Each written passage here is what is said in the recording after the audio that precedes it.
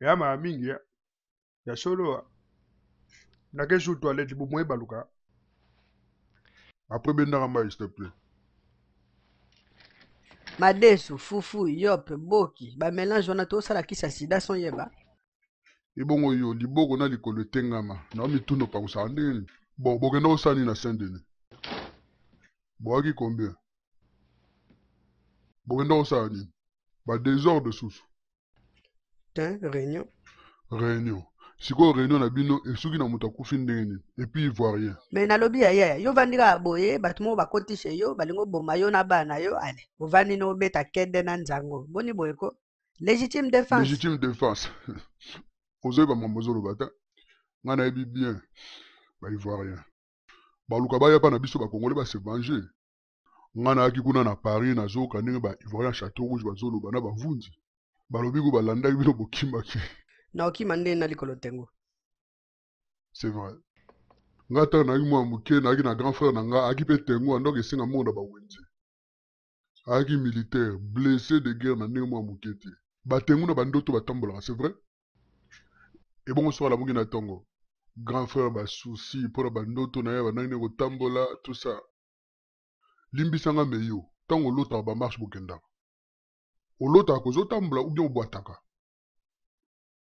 na pose question répondre moninga ozolota yo sikoyo olobi okende obloke bango le 21 buleke no baloue 3000 mboa 10 000 punda inspecteur Colombo bakota concert wana François Hollande pa lobi bakota concert wana na momi na ye bawana 10 000 CRS bino bobimela ape nasali 8 ans nakenda so ndule te ngapi na natika libanda oyebi nzembo omba omba na leli koyebisanga te koyebi nzembo wana te periode wana naofutela na ngaba omba na kowa jour wana na kobeta senglaki enzola likolo na se jupe ayodi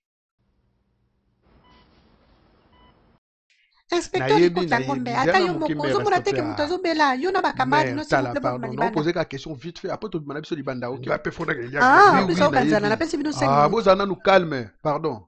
Modogo, tuna eloni ne na Château Rouge ali frap. És itt van segíteni téged. Ő akarja tudni, mi történt a kikötőbe. Ott voltunk egy pasast megvenni. Haza akartuk vinni Magyarországra. Allo, papa Sombele KFC. Oui, oui, Hermo. Ez a pasas ismerte az ördögöt. Ő dolgozott vele. Alvia nango yete batindaki ye. Pa moto moko boye. Pa nani? Megölnek engemet. Nem érted? Én láttam az ördögöt. Láttam. Szemtől szemmel lát. Abiaka moto moko. Me kasi aloba azoloba moto moko me sikoyo nani yango moto ebonga na oyeba ndeni Szemmel láttam. abi alapi azonga ne moske bonga na ke dame Te zela kokende te s'il te plaît. Tuna ye kombo ya moto yango alapi apesa kombo na ye. Moto yango ya alapi. Kombo neza nini? Ki ez az ördög? Kit láttál? Kaiser Söze. Láttam. Ő volt lent a kikötőbe. Ő gyilkolt mind. Kaiser Soze Kaiser sikoyo sikoyo ye mutane sikoyo tu bafrappe mondibo amoni Kaiser Soze Láttam az arcát. Úgy látom mindent. Látom a szememben, mikor becsukom mostan. abi amoni elongi ne Ok, ok, na comprendre. Yebisa siko ayebisa momi oyo elongi neza ndenge. Aloba malembe.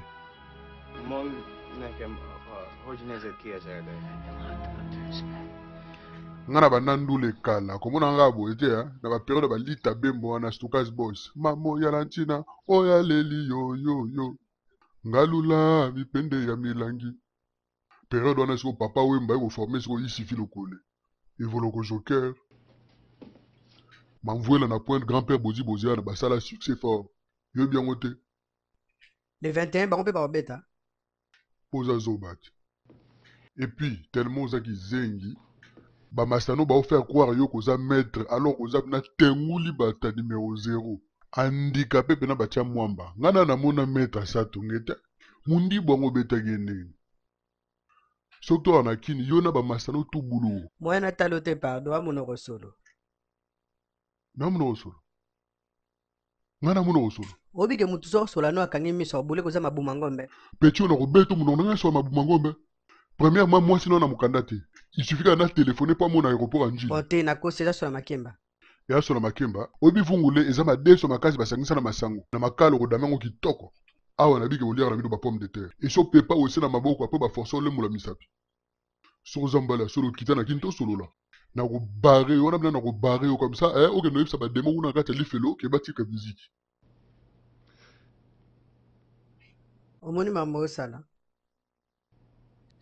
yebangisanga te donc okotika te non bagrimace no osalaka esalango batangisa sa lumbe lumbe mwete mwete. On vit dans un monde de fous. Les 3/4 des dirigeants sont fous. Ils font partie des loges mystiques. Pour eux, vous êtes des moustiques. Votez pour moi, mon cul. J'ai avalé des gaz à effet de serre. La pollution, notre dessert. Pour le nucléaire, on s'en fout de la planète. Mais quand ça chauffe, il y a la planète des singes. Vous, vous êtes poumons de la terre. Voilà des nègres à Copenhague. Le haut sommet de l'environnement. J'ai vu M. Lubamba de l'Ouganda. Il a un doctorat en poireau. Il a même jamais vu un poireau. Sur ma tête, ça sent le coup foireux. Il veut nous carrosser, bon d'enfoirés. Qu'est-ce que vous voulez sauver le Ouistiti? Alors qu'à Darfour, il n'y a pas Carrefour. Ils ont pour nous des programmes Kafou Kafou. Qu'est-ce que ça dit Kafou Kafou? Ah, toi aussi, toi. Ce n'est pas grave, je vais t'expliquer.